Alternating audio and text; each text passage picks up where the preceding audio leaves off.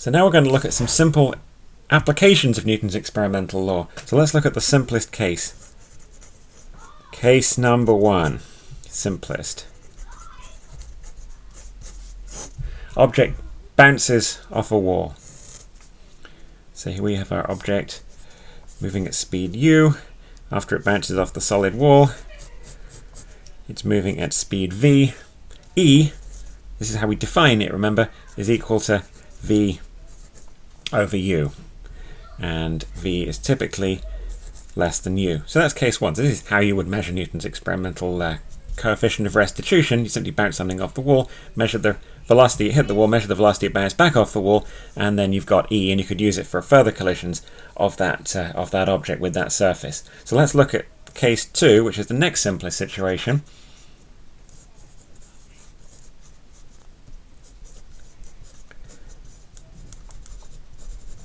Which is the case where we don't just bounce something off a random wall, but we drop something and let it bounce off the ground.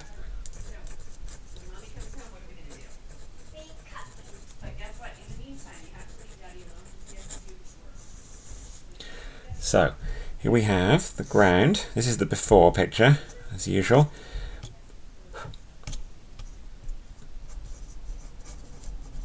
We're going to drop something from a height big H. So at height big H, the object has potential energy equal to mg big H, and it falls all the way down here, and right before it hits the ground, it is moving at speed u, and it has kinetic energy equal 1/2 mu squared. Which means that we can find the speed right before impact in terms of the height that we dropped it from. Now, it bounces on the ground,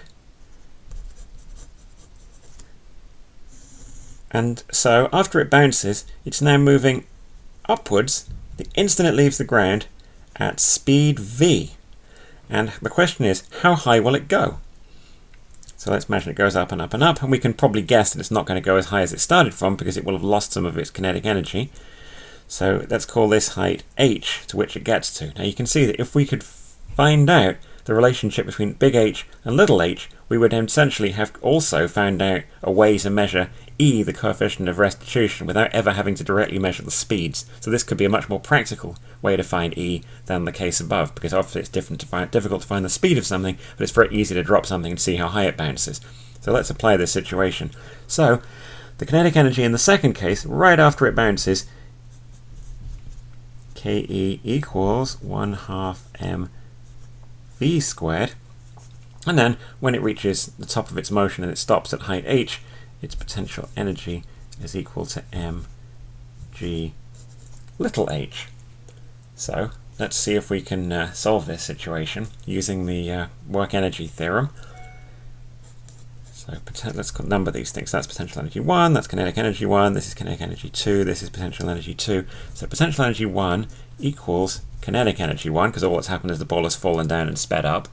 So mgh equals 1/2 mu squared. The m's cancel, and we end up with u equals 2gh square root thereof. Now we can do the same for after the collision. So that was before impact. Let's do the same but after impact. Well, again, we start out with a certain amount of kinetic energy, and the object goes up, up, up. So after impact, something is different now, right? We know what v is, because we know about Newton's experimental law. V is equal to E times u. Use the initial speed, just like in the case above. After it bounces, the speed is E times u. So that's our speed afterwards. So now we can proceed to write down that potential energy 2 equals kinetic energy 2.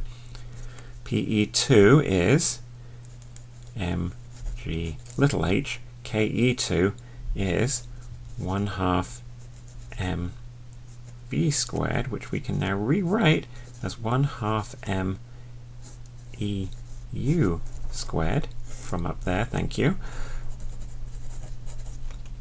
The m's cancel, of course, and now we could solve for e, or solve for little h, or solve for big H, or any of the other things we might want to do. So let's continue substituting in. Right, we've got our expression for u over here, so let's use that now. So we have that gh on the left is 1/2 times eu squared. Well, e squared and then u squared is the square of root 2gh, which means it's just